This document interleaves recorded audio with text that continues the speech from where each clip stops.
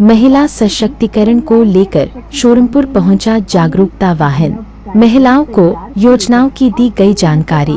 खबर फुलवारीशरीफ से है, जहां राज्य सरकार के महिला सशक्तिकरण कार्यक्रम के तहत जागरूकता फैलाने के उद्देश्य से महिला संवाद जागरूकता वाहन शुक्रवार को जानीपुर थाना अंतर्गत शोरमपुर पहुंचा। इस मौके पर जिला उप विकास आयुक्त डीडीसी समीर सौरभ की उपस्थिति में एक विशेष कार्यक्रम का आयोजन किया गया।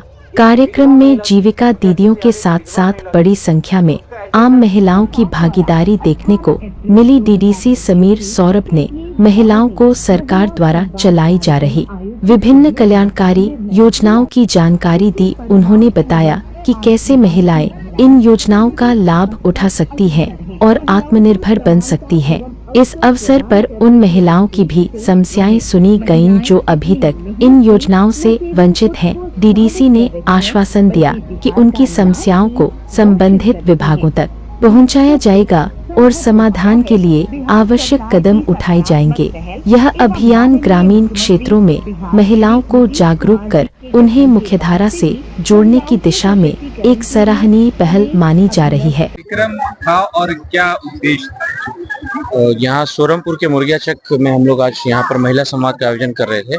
इसमें विशेषतः महिलाओं को उनके लिए जो योजनाएं संचालित की जा रही सरकार के द्वारा उसके बारे में विशेष जानकारी दी गई और उनको ये भी बताया गया कि जो योजनाएं अगर उसमें किसी का लाभ वो नहीं ले पाई हैं तो उसका वो लोग लाभ लें। मेन उद्देश्य ये था कि जो योजनाएं सरकार द्वारा संचालित है उसके बारे में जन जागरूकता फैले, महिलाओं को पता रहे ताकि उनका सशक्तिकरण हो सके। इसके अलावा हम लोगों ने उनसे फीडबैक भी लिया है। बहुत सारी ऐसी कुछ समस्याएं हैं गाँव की जो महिलाओं के द्वारा यहाँ रखी गई है, उन सारी समस्याओं को नोट डाउन किया गया है। इसको MIS में हम लोग अपलोड भी कर रहे हैं। जो स्थानीय स्तर पे होना है वो हम लोग इमीडिएटली उसका वर्कआउट करके काम भी स्टार्ट करा देंगे। कुछ जो उन्होंने समस्याएं बताई हैं इसमें नीतिगत निर्णय लिया जाना है, वो भी हम लोग MIS पे अपलोड करके राज्य सरकार के समक्ष उपस्थापित करेंगे ताकि उस पर भी एक नीतिगत निर्णय लिया जा सके।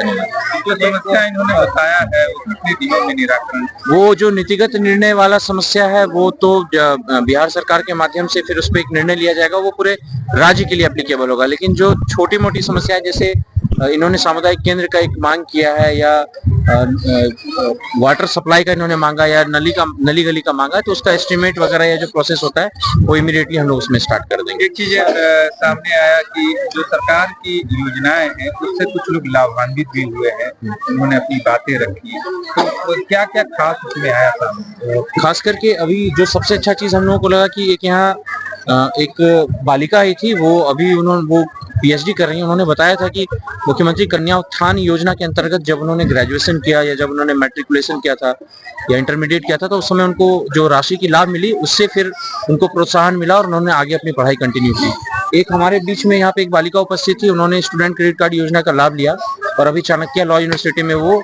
लॉयर का पढ़ाई में LLB का पढ़ाई कर रही है और आगे उनका लक्ष्य है कि और बाकी लोगों को भी इस चीज के लिए प्रेरित करें। तो बहुत अच्छे ऐसे अनुभव मिलते हैं, बहुत अच्छे एग्जाम्पल्स दिखे जिसको देख करके लगता है कि सरकार की योजनाएं हैं जो सही तरीके से चल रही है। हाई स्कूल की समस्या है, +2 तक यहाँ बच्चियां पढ़ना चाहती नहीं। जी बिल्कुल। अभी जो सरकार की जो नीति है उसमें हर पंचायत में एक हाई स्कूल होना चाहिए, यहाँ पर भी है, परंतु यहाँ पे जो बच्चियां बता रही थी कि यहाँ से वहाँ जाने में समस्या होती है, थोड़ा दूर है, तो इनकी समस्या को नोट कर लिया गया है। ये भी नीतिगत निर्णय होगा, हम लोग इनकी समस्या को शिक्षा विभाग को भेजेंगे। आप तुमको किस तरह से मिला?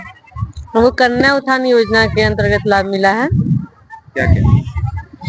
पहले तो हम 10th पास किए तो 10,000 का लाभ मिला, उसके बाद हम और पढ़े तो इंटर पास किए, उसके बाद हमको 25,000 का लाभ मिला इंटर पास करने पे, और फिर ग्रेजुएशन पास किए तो 50,000 मिला। किस संकाय से की हो ग्रेजुएशन? क्या? किस संकाय से ग्रेजुएशन की हो? आर्ट्स से किए हैं। आर्ट्स क्या विषय क्या? विषय मेरा आर्ट्स था। आर्ट्स से ही हम हिस्ट्री, इकोनॉमिक्स, सोशल साइंस और हिंदी इंग्लिश तो कंपलसरी होता ही है। ऑनर्स, हाँ इकोनॉमिक्स ऑनर्स है मेरा।